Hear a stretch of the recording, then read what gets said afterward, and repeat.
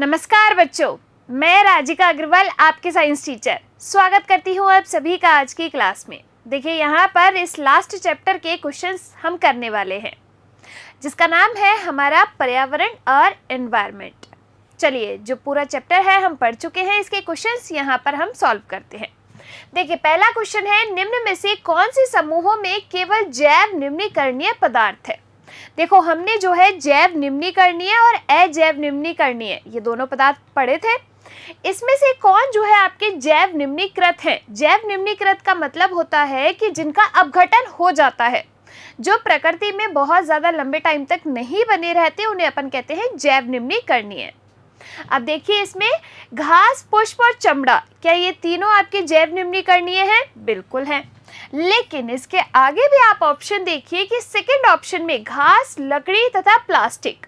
आपको पता है कि घास और लकड़ी तो जैव निम्नीकरणीय है, लेकिन ये जो प्लास्टिक है वो जैव निम्नीकरणीय नहीं है। यानी कि ये जो हमारी नेचर है उसके अंदर बहुत लॉन्ग टाइम तक एज इट इज पड़े रहते हैं। आपने देखा होगा ना कि प्लास्टिक की बोतलें अगर मिलती है तो वो सालों पुरानी प्लास्टिक की बोतल एज इट इज अपन को मिल जाती है, यानी कि इसका निम्नीकरण नहीं हुआ। तो ये जो है आपके अजैव निम्नीकरणीय है। फलों के लिए छिलके, केक और नींबू का रस, ये क्या है आपके जैव निम्नीकरणीय है। तो भाई ये भी है, इनका अपघटन भी हो जाता है। केक, लकड़ी और घास, तो इनका अपघटन भी हो जाता है। तो इस वाले क्वेश्चन के अंदर आपके एक से ज्यादा ऑप्शन सही है। ए, सी और डी तीनों ऑप्शन यहाँ पर आपके सही है।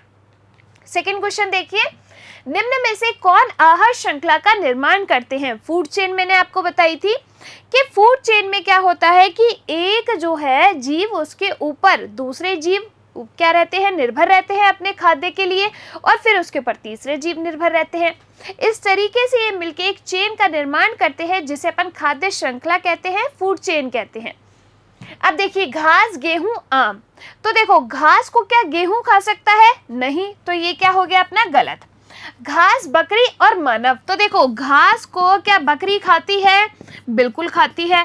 अब बकरी को क्या मनुष्य खा सकता है? बिल्कुल खा सकता है। तो ये आपकी क्या है? फूड चेन है।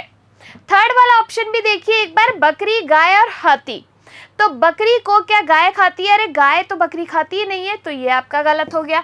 फिर आपके घास, मछली, क्या मछली घास को खाती है? नहीं खाती, तो ये अपना गलत हो गया। तो आंसर आ जाएगा इधर ऑप्शन बी। सारी चीजें अपन पढ़ चुके हैं, उन्हीं के क्वेश्चन सही है। देखिए नेक्स्ट क्वेश्चन है कि कौन से पर्यावरण मित्र व्यवहार कहलाते हैं। बाजार जाते समय सामान के लिए कपड़े का थैला लेकर जाना, कार्य समाप्त हो जाने पर लाइट या पंखे का स्विच बंद करना, माँ के द्वारा स्कूटर से विद्यालय छोड़ने के बजाय तुम्हारा विद्यालय तक पैदल जाना, या फिर उपरोक्त सभी। क्या पर्यावरण मित्र यानी कि हमारे एनवायरनमेंट के साथ हमारी दोस्ती, यानी कि इसको हम कोई भी नुकसान नहीं पहुंचाएं, ऐसे कौन कौन से ऑप्शंस है। तो बिल्कुल अगर आप मार्केट जाओगे, अपना कपड़े का थैला साथ लेके जाओगे तो उसको वापस लेके आ सकते हो, उसको दोबारा काम में ले सकते हो। अगर आप लेकर नहीं जाओगे ऐसा थैला तो मार्केट से प्लास्टिक लेके आओगे। अब प्लास्टिक क्या है, उसका अपघटन होगा नहीं, प्रकृति में बने रहेगा, तो ये हमारी नेचर को खराब करेगा, एनवायरनमेंट को खराब करेगा, तो ये बिल्कुल है। सेकंड देखो, कार्य समाप्त हो जाने पर लाइट और पंखों का आपका बंद कर देना जिससे फिजूल खर्च नहीं हो इलेक्ट्रिसिटी का, तो ये भी सही है। माँ के द्वारा स्कूटर से विद्यालय, तो देखो आपके जो स्कूटर होते हैं, मोटर व्हीकल्स और ये सब होते हैं, ये इनसे निकलने वाला जो धुआं है वो पर्यावरण को प्रदूषित करता है नहीं करता। तो इससे अच्छा आप अगर पैदल जाएंगे तो ज़्यादा बढ़िया है एनवायरनमेंट के लिए, जिससे उसमें प्रदूषण ना हो, तो ये भी सही है। तो इसलिए अपना आंसर क्या आएगा इधर ऑप्शन डी। आगे देखिए, क्या होगा यदि हम एक पोषी स्तर के सभी जीवों को समाप्त कर दे या मार डाले। पोषी स्तर पढ़ाए थे ना आपको ट्रॉफिक लेवल, कि आपके एक पोषी स्तर से दूसरे पोषी स्तर पर अपन जाते हैं, यानी कि कोई उत्पादक है, ठीक है, उत्पादक क्या होते हैं? पेड़ पौधे। अब इन उत्पादकों पे कौन निर्भर रहता है? प्राथमिक उपभोक्ता। प्राथमिक उपभोक्ता पे कौन निर्भर रहता है? द्वितीयक उपभोक्ता, और फिर उस पे तृतीयक उपभोक्ता, ऐसे ही होते हैं। तो ये जो है एक एक क्या बनाते हैं? पोषी स्तर बनाते हैं।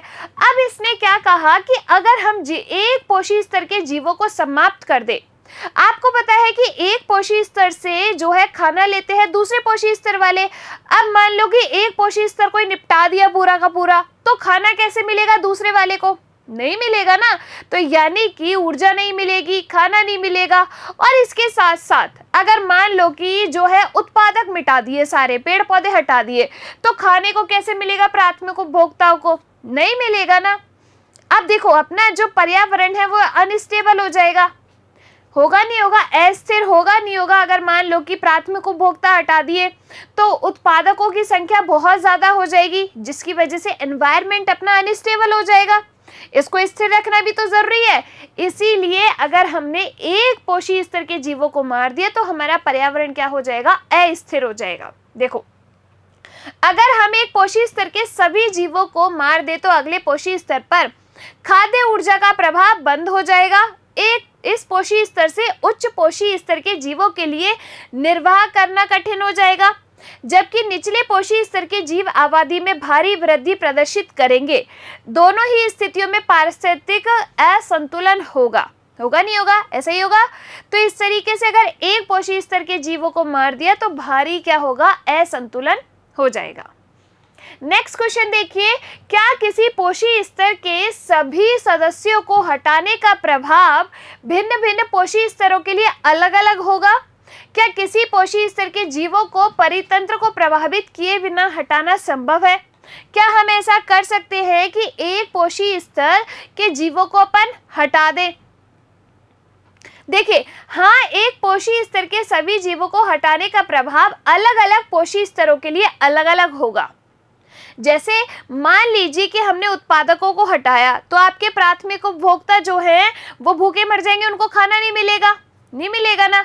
अगर मान लो कि हमने जो है प्राथमिक स्तर वालों को हटा दिया तो आपके जो उत्पादक है उनकी संख्या बहुत ज्यादा हो जाएगी, होगी नहीं होगी? तो देखिए अलग अलग पोषी स्तरों के लिए अलग अलग होगा। यदि सभी उत्पादक समाप्त कर दिए जाए तो यह पारिस्थितिकी तंत्र में प्राथमिक उपभोक्ताओं की मौत या प्रवास का कारण बन जाएगा। भाई प्राथमिक उपभोक्ता तो आपके निर्भर ही किस पे है? पूरे के पूरे उत्पादकों पे निर्भर है। अब अगर उत्पादक ही नहीं है तो प्राथमिक उपभोक्ता सरवाइव कैसे करेंगे? तो वो वहां से क्या करने लगेंगे? माइग्रेट करने लगेंगे, होगा ऐसा। फिर देखिए उत्पादकों की अनुपस्थिति में उपभोक्ताओं के बाद के स्तर पर भी असर पड़ेगा, लेकिन यदि प्राथमिक उपभोक्ताओं को हटा दिया जाए तो उच्च पोषी स्तर के जीव मर जाएंगे, जबकि निम्न स्तर के पर्यावरण की वाहक की क्षमता से अधिक वृद्धि दिखा देंगे। यानी कि उत्पादकों की संख्या बहुत ज्यादा हो जाएगी अगर प्राथमिक वालों को हटा दिया तो। क्योंकि जीवों की सभी श्रेणियां खाद्य श्रृंखला के माध्यम से जुड़ी हुई है, अतः एक पोषी स्तर में सभी जीवों को हटाने से पूरा पारिस्थितिकी तंत्र क्या होता है? प्रभावित होता है। ठीक है, चलिए जैविक आवर्धन क्या है? क्या परितंत्र के विभिन्न स्तरों पर जैविक आवर्धन का प्रभाव भी भिन्न भिन्न होगा? तो जैव आवर्धन मैंने क्या बोला था कि फसलों को खराब होने से बचाने के लिए कुछ ऐसे जो है रसायनों का प्रयोग किया जाता है। रसायन जैसे कि कोई कीटनाशक वगैरह ये जो है यूज किए जाते हैं। अब ये क्या होंगे कि इन कीटनाशकों पेड़ पौधे पर है, पेड़ पौधों को खाया प्राथमिक उपभोक्ताओं ने। अब इसके थ्रू जो है ये किस में जो है एंटर कर जाएंगे? खाद्य श्रृंखला में एंटर कर जाएंगे। और आपको जैसे कि पता है कि जो मनुष्य है वो सबसे उच्चतम पोषी स्तर पर आता है नहीं आता है।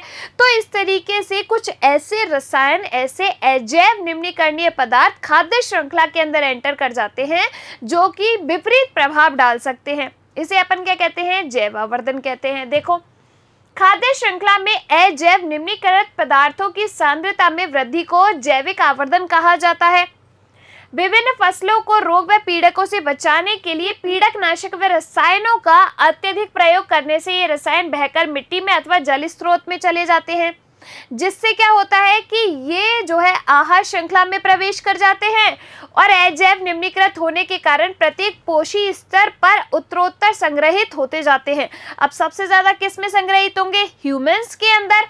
तो देखो आहार श्रृंखला में मनुष्य शीर्षस्थ होने के कारण ये रसायन मानव शरीर में सर्वाधिक मात्रा में होते हैं। इसे जैव आवर्धन कहते हैं। जैव आवर्धन का प्रभाव प्रत्येक स्तर पर भिन्न भिन्न होता है। इसका प्रभाव निचले स्तरों पर तो कम होगा, लेकिन उच्चतम स्तर जैसे कि मनुष्य पर सबसे ज्यादा होगा, क्योंकि उनकी बॉडी में ही तो रह गया ये। चलिए अगला क्वेश्चन है, हमारे द्वारा उत्पादित अजैव निम्नीकरणीय कचरे से कौन सी समस्याएं उत्पन्न होती हैं? तो देखो, अजैव निम्नीकरणीय जो है पदार्थ कैसे होते हैं? जिनका निम्नीकरण नहीं होता, यानी कि ऐसे पदार्थ प्रकृति के अंदर बहुत लंबे टाइम तक बने रहेंगे, जो कि हमारे पर्यावरण को प्रदूषित करेंगे। जैसे कि आप ले लो प्लास्टिक। क्यों कहते हैं कि प्लास्टिक पे बैन होना चाहिए, प्लास्टिक की थैलियाँ यूज मत करो? क्योंकि ये हमारी प्रकृति में एज इट इज बने रहते हैं। आपने कभी देखा हो, अगर आप खेत वगैरह में जाते हो, आप जब वहाँ पे फावड़ा लेके खुदाई करते हो, तो आपने देखा होगा कि वहाँ से पॉलीथीन्स निकलती है और वो एज इट इज निकलती है, क्योंकि उनका निम्नीकरण ही नहीं हो रहा है, यानी कि प्रकृति में लॉन्ग टाइम तक बनी रह रही है, जिससे हमारा जो पर्यावरण है वो दूषित हो रहा है। देखो, अजैव निम्नीकरणीय कचरे को सरल पदार्थों में अपघटित नहीं किया जा सकता। घातक रसायन, कीटनाशक जैसे अजैव निम्नीकरणीय कचरे में से कुछ खाद्य श्रृंखला में प्रवेश करते हैं और ऊपरी पोषी स्तरों में बढ़ते हैं। ये मिट्टी के प्राकृतिक लवणीय संतुलन को बदलकर मिट्टी की उर्वरता को भी कम कर देते हैं। करते नहीं करते हैं तो आपकी जो मिट्टी है वो भी खराब होती है, यानी कि ज़्यादा फसल नहीं दे पाती इन ऐसी चीज़ों की वजह से, ऐसे कचरे की वजह से। चलिए, अगला क्वेश्चन है, यदि हमारे द्वारा उत्पादित सारा कचरा जैव निम्नीकरण हो तो इससे हमारे पर्यावरण पर कोई प्रभाव नहीं पड़ेगा। कैसे नहीं पड़ेगा भाई? देखो, यदि हमारे द्वारा उत्पादित सारा कचरा जैव निम्नीकृत हो भी तो भी हमारे पर्यावरण पर प्रतिकूल प्रभाव पड़ेगा। क्यों? तो देखो, जैव निम्नीकृत कचरे का अपघटन सूक्ष्म जीवों के द्वारा होता है और बहुत धीरे धीरे से होता है, जिसके परिणाम स्वरूप गंध और हानिकारक गैसों की उत्पत्ति होती है। इसीलिए जो है भाई, अगर सारा का सारा कचरा भी जैव निम्नीकृत हो तो भी थोड़ा बहुत प्रतिकूल प्रभाव होता है, क्योंकि ये धीरे धीरे क्या होंगे? अपघटित होंगे। अब जब तक अपघटित होंगे तब तक ये जो है बहुत ज़्यादा स्मेल कर देंगे, बहुत ज़्यादा हानिकारक हो जाएंगे, तो इसीलिए अपने पर्यावरण पर प्रतिकूल प्रभाव डालेंगे। तो देखो, जब आपके सारा का सारा कचरा जैव निम्नीकृत हो तो भी ये क्या करता है? हमारे पर्यावरण पर प्रतिकूल प्रभाव डालता है, क्योंकि इनका जो अपघटन होगा वो सूक्ष्म जीवों के द्वारा होगा, लेकिन बहुत स्लो प्रोसेस है। अब जब तक इनका अपघटन होगा तब तक ये गंदगी कर चुके होंगे, बहुत ज़्यादा स्मेल कर चुके होंगे। होगा नहीं होगा ऐसा? तो देखिए आगे कि ये अपशिष्ट पदार्थ कुछ हानिकारक जीवों के लिए प्रजनन स्थल प्रदान करता है, जो जंतुओं, पौधों और मनुष्यों में रोग उत्पन्न कर देते हैं। जैसे मान लो कि कोई भी माइक्रो ऑर्गेनिजम्स हैं, वो क्या करते हैं? यहाँ पे रिप्रोड्यूस करने लग जाते हैं, अपनी बहुत सारी कॉलोनी बना लेते हैं। अब ये कॉलोनी क्या होगी? जो भी दूसरे जीव है, मनुष्य है, उनके अंदर एंटर कर जाएंगे और फिर उनको बीमार कर देंगे। तो अपघटन की प्रक्रिया बहुत धीमी होने के कारण यह कचरा अधिक मात्रा में एकत्र होकर प्रदूषण फैलाता है। आगे चलिए, ओजोन परत की क्षति हमारे लिए चिंता का विषय है। क्यों? इस क्षति को सीमित करने के लिए क्या कदम उठाए गए हैं? तो देखो, ओजोन परत क्या करती है? ये हमारे समताप मंडल में यानी कि स्ट्रेटोस्फीयर में प्रेजेंट है। ये सूर्य से आने वाली जो पराबैंगनी किरणें हैं उनसे हमें क्या करती है? प्रोटेक्ट करके रखती है। करती है नहीं करती? अब ये जो है ओजोन लेयर का अवक्षय हो रहा है, यानी कि डिप्लीशन हो रहा है। किसकी वजह से? क्लोरोफ्लोरोकार्बन्स की वजह से। अब ये जो क्लोरोफ्लोरोकार्बन है, इसकी वजह से जब ओजोन लेयर अपनी पतली हो रही है, उसका डिप्लीशन हो रहा है, तो इसके लिए अंतरराष्ट्रीय देशों ने एक संधि की और एक प्रोटोकॉल दिया। कौन सा? मॉन्ट्रियल प्रोटोकॉल, जिसमें उन्होंने कहा कि सीएफसी के उत्पादन को हम बंद तो नहीं कर सकते, इसके प्रोडक्शन को, लेकिन कम जरूर कर सकते हैं। तो इसके लिए अंतरराष्ट्रीय देशों ने एक संधि की। देखिए, ओजोन परत सूर्य से आने वाली पराबैंगनी विकिरणों से पृथ्वी को सुरक्षा प्रदान करती है। यह पराबैंगनी विकिरण जीवों के लिए अत्यंत हानिकारक हो सकती है। अब ये अगर डायरेक्ट पृथ्वी पर आएंगी तो हमें मेलानोमा यानी कि स्किन कैंसर भी कर सकती है। तो यह विकिरण मानव में त्वचा का कैंसर उत्पन्न करती है, इसलिए ओजोन परत की क्षति हमारे लिए चिंता का विषय है। आगे देखिए, इस क्षति को सीमित करने के लिए 1987 में संयुक्त राष्ट्र पर्यावरण कार्यक्रम में सर्वानुमति बनी कि सीएफसी के उत्पादन को 1986 के स्तर पर ही सीमित रखा जाए। इसके लिए विभिन्न देशों ने मिलकर सीएफसी के उत्पादन को कम करने के लिए एक संधि पर हस्ताक्षर किए, और वो संधि कौन सी थी? आपकी मॉन्ट्रियल प्रोटोकॉल। इसी के साथ अपने इस चैप्टर के ये क्वेश्चंस कंप्लीट होते हैं। देखो क्वेश्चन आपके इजी थे, एग्जाम में इस तरीके के ही क्वेश्चन आएंगे क्योंकि आपका बहुत छोटा सा चैप्टर है, अपने एनवायरनमेंट का चैप्टर है। आप अपने मन से भी इनके आंसर्स जो है लिख सकते हो अगर ऐसे क्वेश्चन आपसे एग्जाम के अंदर पूछे जाए तो। ठीक है, तो चलिए अब अपन मिलेंगे अगली क्लास में एक नए चैप्टर के साथ। तब तक आप लोग खुश रहिए, स्वस्थ रहिए। धन्यवाद।